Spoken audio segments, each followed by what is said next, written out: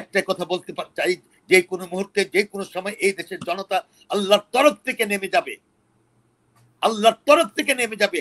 ইউনূস পালাবার সুযোগ পাবে না, ইউনূস পালাবার সুযোগ পাবে না, এই কথা বলে দিতে চাই আসিফ নজরুল সম্পর্কে। এবং আসিফ নজরুল যখন আন্দোলনটা চলছিল, আমার কাছে তার অন রেকর্ড, আমার কাছে তার কথা আমার কাছে রেকর্ড আছে, আমি তাকে কল দিয়েছিলাম, সে কল ধরেনি। তখন 5ই আগস্টের আগে, তখন সে আমাকে কল ব্যাক করছে, বললো যে, আমি তখন আমাকে পরিচয় দিলাম, পরিচয় দেওয়ার বললো যে, খোকা ভাই আমাকে খুব নাসিরুদ্দিন ইউসুফ বাচ্চুর কথা বললো, ওই বাচ্চু ভাই আমাকে খুব আদর করে।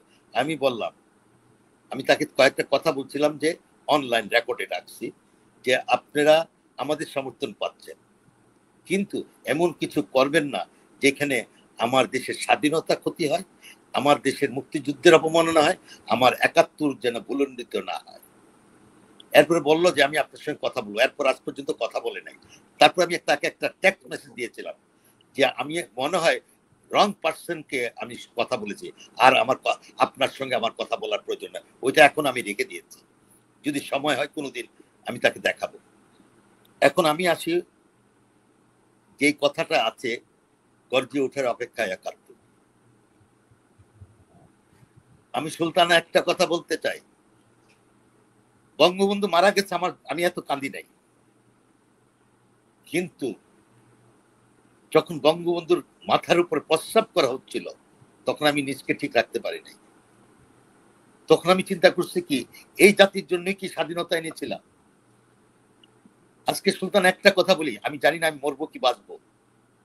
আমি এখন যে পথে নামছি, তারা আমাকে যে কোনো মুহূর্তে মারবে, কোনো আপত্তি নাই। আমি তো এমনি তো এক্সটেনশন লাইফ 75 পার করে ফেলছি, কিন্তু একটা জিনিস, এদেশে মীর জাফরের জন্ম নিচ্ছে, এদেশে ইয়া খানের জন্ম নিচ্ছে, টিক্কা খানের জন্ম নিচ্ছে, খন্দকার মুস্তাকের জন্ম নিচ্ছে, পাশাপাশি কিন্তু এই দেশে সিরাজদৌল্লার জন্ম নিচ্ছে, মীর মদনের জন্ম নিচ্ছে,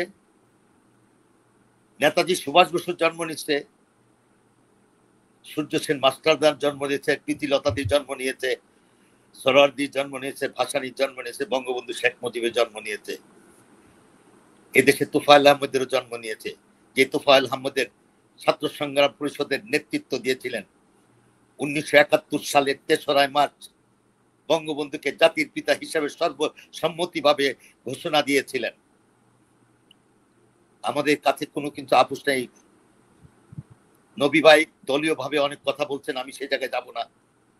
আমার প্রশ্ন একটা, আমার 71, আমার 71-এর চেতনা, আমার জয় বাংলা, আমার জয় বঙ্গবন্ধু, আমার পতাকা, আমার জাতীয় সঙ্গীত কেউ ভুলতে করবো না। যতক্ষণ আমি বেঁচে থাকবো এই সংগ্রাম চালিয়ে যাব, প্রয়োজনে যদি আরো কিছু করতে হয় আমরা নামবো, তার দ্বিধা নয়, আমরা প্রস্তুত আছি। এবং সেইটাই আমি সর্বপ্রথম আমার কয়েকজন সহযোগী নিয়ে 2রা জুলাই মুস্তফা মহসিন মন্টু ভাই মারা গেছেন, তার শোক সভা থেকে আমরা আমাদের ঘোষণা দিয়েছে আমাদের জয় বাংলা, আমাদের জয় বঙ্গবন্ধু প্রেস ক্লাব থেকে। এটা নিয়ে কোনো আপোষ নেই। আমরা দেখেছি যে আমাদের জাতি চাইল্ড মূল নীতি বদলে দিতে চাচ্ছে, আমরা স্টেটমেন্ট দিচ্ছি, কাল পরশু স্টেটমেন্ট চলে যাবে, এর পরবর্তী স্টেটমেন্টের পরে আমরা দেখব তাদের অবস্থা। তারপরে আমরা মুক্তিযোদ্ধারা আমাদের কর্মসূচি দেব, তার মধ্যে দ্বিতীয় নেই, এর বেশি আর আমি সুলতান আপনাকে এখন আর কিছু বলতে পারছি না। আমার ভিতরে রক্তক্ষরণ হচ্ছে, আমার ভিতরে রক্তক্ষরণ হচ্ছে, কারণ এই ইউনূসকে তো উনি বলছেন, তার সঙ্গে তাকে আমি কি বলবো, ছোট্ট একটা কথা বলি, আমি অনেক পিছনে চলে যাচ্ছি। ইসলামিক রাজ্যগুলোতে যখন ইমাম হোসেনকে হত্যা করার পর এজিদ ক্ষমতা দখল করেছিলেন, এজিদের পরে এজিদের ছেলে, তারপর তার নাতির সময় চলে এসেছিল, এই 2টা প্রজন্মে তখন ওই মক্কা মদিনাতে মারামারি হানাহানি কাটাকাটি ছাড়া কিচ্ছু ছিল না। তখন মানুষ দিশাহারা হয়ে গেছিল, তখন একজন লোককে বেছে নিয়েছিল, সেই লোকটিকে এজিদের নাতি, উনি শুধু মসজিদে থাকতেন, নামাজ পড়তেন, রোজা রাখতেন, অন্য কিছু। সব লোকজন তাকে গিয়ে বললো যে হুজুর আপনি আমাদেরকে চালান, বললো যে আমি কিছু জানি না, তো আমি ক্ষমতা চালাতে পারি না। তারা কিন্তু জোর করে বসালো। 1 বছরের মাথা ওই লোক যে কিনা 5 ওয়াক্ত নামাজ পড়তো, কোরআন পড়তো, বলতো যে আমি কিছু জানি না, 1000 সৈন্য নিয়ে কাবা ঘর ভেঙে ফেলেছিল। কিন্তু সারা জাহানের মুসলমানদের বুকের কাছ থেকে কি কাবাগর মুছে গেছে? কাবাগর কি উঠে নাই? আমি ইউনূসকে বলবো, সেই দুষ্কৃতিকারী, সেই শয়তান 32 নম্বর ভেঙে কি বাঙালি জাতির বুকের কাছ থেকে কাবাগর এই 32 নম্বর ভেঙে ফেলে দিতে পারবে? পারবে না কখনো। এই 32 নম্বর আবার গড়ে উঠবে। এই 32 নম্বরই হবে তার কাল। এই 32 নম্বর দিয়ে আমাদের শুরু। এটুকুই বলতে পারি, আর কিছু না। তার সম্পর্কে আমার আর কিছু বলার নাই। আমি তো মুক্তিযুদ্ধ দেখিনি। আমি যদিও একজন মুক্তিযোদ্ধার সন্তান, আমি দেখিনি মুক্তিযুদ্ধ, কিন্তু আপনাদের কথা শুনলে কিংবা মুক্তিযুদ্ধ নিয়ে আমার অন্তরে যেই গভীর বোধ, যেই ভালোবাসা, ওদের কথা শুনলে আমার চোখে পানি আসে। আমি জানি না যে এরা কেমন করে এরকম দেশটাকে এইভাবে করে ভুলণ্ঠিত করে। আমি সত্যি আমার বোধে আসে না। ডক্টর নুরুন নবী, তাহলে এইরকম একটা অবস্থায় আপনারা কি কি করতে পারেন আমাদেরকে? দেখুন, আমরা বুঝি আপনাদের বয়স হয়েছে, কিন্তু অভিজ্ঞতার তো কোনো বিকল্প নেই। অভিজ্ঞতা অনেক গুরুত্বপূর্ণ বিষয়। সেই জায়গা থেকে আপনাদের দিক নির্দেশনা কি? আমাদের বাস্তবতার নিরিখে আগাতে হবে। সেটা হলো কি, যে দেশটাকে দখল করে ফেলেছে পাকিস্তানি পন্থীরা, এবং কার সহযোগিতায় আমি আগে উল্লেখ করেছি। এটা পৃথিবীর সবচেয়ে বৃহৎ শক্তি আমেরিকা, তাদের সহযোগিতায়। এবং প্রথম দিকে ডোনাল্ড ট্রাম্পের অ্যাডমিনিস্ট্রেশন ইলেকশনের আগে শপথ নেওয়ার পরে বড় বড় কথা বলতো মৌলবাদের বিরুদ্ধে, কিন্তু ওই যে আমি যেটা উল্লেখ করলাম, আমেরিকার যে ইন্টারেস্ট চায়নার বিরুদ্ধে, সেটার জন্য। আর আমেরিকা চলে তো ওই ডিপ স্টেটের ইনফ্লুয়েন্সে। তো তারা ভেবেছিল যে শেখ হাসিনাকে দিয়ে যেটা করতে পারে না, তারা ইউনুসকে দিয়ে সেটা করতে পারবে, এবং সেই দিকেই তারা আগাচ্ছে। এবং অলরেডি যে সমস্ত চুক্তি করেছে, দেশে তো গণতন্ত্র নয়, মানুষ জানে না কি চুক্তি করেছে। সেন্ট মার্টিনে কি হচ্ছে জনগণ জানে না। চিটাগাং পোর্টের হস্তান্তর করেছে একটা বিদেশি কোম্পানিকে, সেখানে কি শর্ত সেটা আমরা জানি না। আর সেফ করিডোর তো অলরেডি তৈরি করা হয়েছে, সেখান দিয়ে অস্ত্র গোলাবারুদ যাচ্ছে কি বলে রাখাইন বিদ্রোহীদের কাছে। তো এগুলার যে ইম্প্যাক্ট কি হবে সেটা জনগণ জানে না। তো এখন যে জিনিসটা করতে হবে, যে প্রচার করতে হবে যে ইউনূস আসলে শান্তির দূত না, সে অশান্তির দূত, সে দেশপ্রেমিক না, সে দেশদ্রোহী, সে দুর্নীতিবাজ।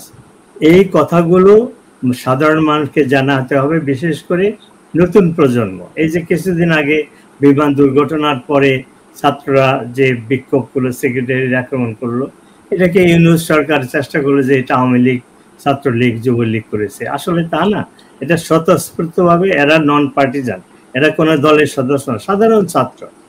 তারা বুঝতে পেরেছে যে এই সরকার একটা ধোঁকাবাজি সরকার। এই সেনাবাহিনী যেভাবে লোকজন হত্যা করেছে গোপালগঞ্জে, এরা বাংলাদেশে পাকিস্তানিরাও যে কাজ করে নাই, এরা সেই কাজ করছে। তো এই জিনিসগুলো মানুষের মধ্যে বোধোদয় হচ্ছে নতুন প্রজন্মের মাঝে। এইটা আরো বড় করে আমাদের প্রচার করতে হবে।